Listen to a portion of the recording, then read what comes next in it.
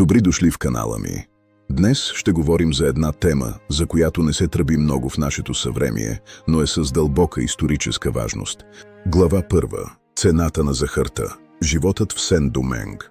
За да разберем революцията, трябва да разберем ада, който я роди.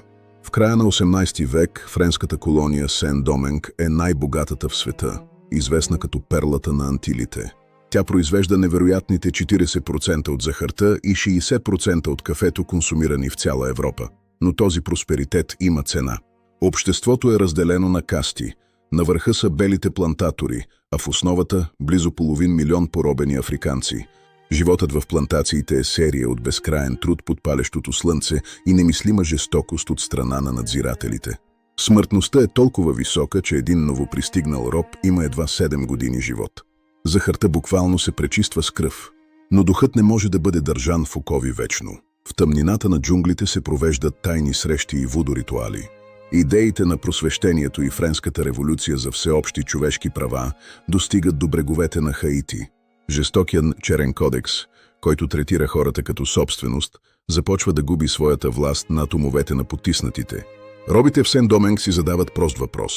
Ако свободата е универсална, защо тя не важи за тях? Те виждат как господарите им говорят за равенство, докато държат бича в ръка. Това лицемерие подхранва гнева им. Под повърхността се надига буря. Робите започват да се организират, използвайки език и религия, които господарите им не разбират. Това е началото на края за френското господство. Цената на захарта става твърде висока за плащане от тези, които я произвеждат. В следващата глава ще видим как една нощ ще промени историята завинаги. Останете с мен. Всичко започва в една съдбовна нощ, която завинаги ще промени хода на историята и ще разтърси основите на колониалния свят. Нощта на 22 август 1791 година в Боа Кайман. Под хипнотичните звуци на вудо тъпани е даден сигналът за най-голямото въстание на роби. Това не е просто бунт, а организирана война за свобода, която започва с клетва за вярност и смърт на потисниците. В рамките на броени седмици най-богатите захарни и кафеени плантации в света са погълнати от безмилостни пламъци. Системата, изградена върху страдание и робски труд, започва да се срива под тежестта на собствената си жестокост. От този огнен хаос изплува една фигура, която ще се превърне в легенда – Франсуа Доминик Тусен. Той приема името Лувертюр, този, който отваря пътя. И той наистина отваря пътя към свободата за хиляди. Тусен не е просто обикновен бунтовник. Той е политически гений, който вижда далеч отвъд бойното поле. Той успява да изгради дисциплинирана и вярна армия от бивши роби, способна да се изправи срещу световни сили. Неговата арме Андижен се превръща в страховита сила, която вече не се бори с сляп гняв, а с стратегия. Тази армия започва да побеждава професионалните войски на три от най-могъщите европейски империи по онова време. Франция, разкъсвана от собствената си революция, не успява да удържи натиска на своите доскорошни поданици. Испанците, опитващи се да се възползват от хаоса, също се сблъскват с тактическото превъзходство на Лувертюр. Дори Великата британска империя претърпява позорни поражения, губейки хиляди войници в джунглите на Сен-Доменг. Тусен майсторски балансира между империите, използвайки техните съперничества в полза на своя народ. Той превръща колонията в де-факто независима държава, докато официално тя все още остава под френски флаг. Но мирът е крехък, а на хоризонта се появява нов враг – Наполеон Бонапарт. Очаквайте глава 3. Докато Сен-Доменг процъфтява под управлението на Тусен, в Европа една друга амбиция започва да расте – тази на Наполеон Бонапарт. Възходът на Лувертюр вбесява първия консул. Наполеон вижда в Хаити само източник на приходи за своите войни и решава да възстанови робството. През 1802 година той изпраща огромна експедиция, над 20 000 елитни войници под командването на своя зет, генерал Шарл Леклерк. Заповедта е ясна.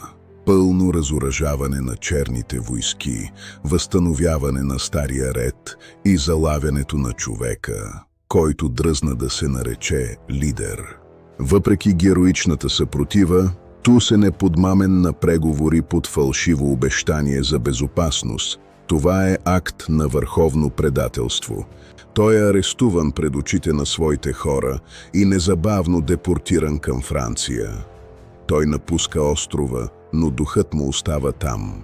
Като ме свалихте, вие отсякохте само стъблото на дървото на свободата на черните. То ще поникне отново от корените, защото те са дълбоки и многобройни. Пътуването през Атлантика е дълго и мъчително. Лидерът на революцията е третиран като обикновен престъпник. Тусен е отведен в една от най-мрачните крепости на Наполеон – Форт Дьожо, разположена високо в студените френски Алпи. Килията му е студена, тъмна и влажна. Наполеон лично заповядва той да бъде лишен от всякакъв контакт и достоинство. Здравето му се влошава бързо. Геният, който победи 3 империи, сега е победен от глада, самотата и безмилостния алпийски студ. На 7 април 1803 година Франсоа Доминик Тусен Лувертюр издъхва в своята килия. Той умира в самота, но каузата му е по-жива от всякога. Наполеон вярва, че със смъртта на Тусен е убил революцията, но той е сбъркал. Корените на свободата наистина са били твърде дълбоки.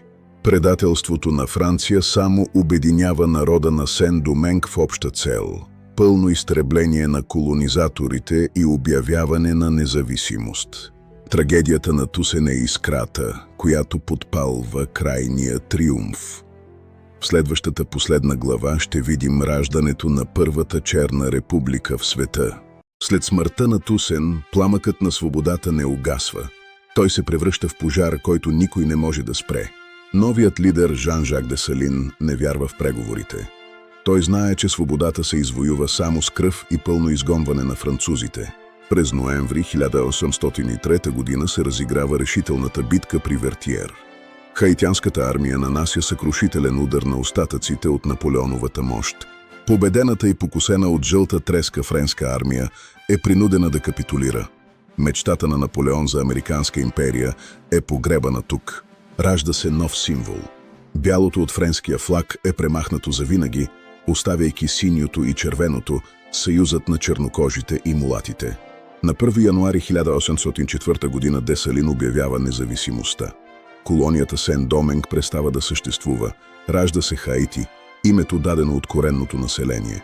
Хаити става първата свободна черна република в света и единствената държава, родена от успешно въстание на роби. Това събитие разтърсва света. То дава надежда на милиони поробени хора и доказва, че тиранията може да бъде победена.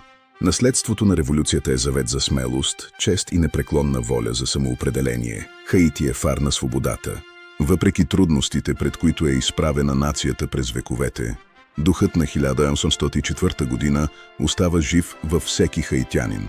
Историята на хаитянската революция е напомняне, че човешкият стремеж към свобода е по-силен от всякакви вериги. Визията на Тусен Лувертюр се сбъдва. Корените наистина са били дълбоки и многобройни. Дървото на свободата е процъфтяло. Благодаря ви, че бяхте с нас в това пътешествие през историята. Не забравяйте, свободата не е дар, тя е право, за което си струва да се борим. До нови срещи! Продължавайте да откривате великите моменти от нашето общо минало.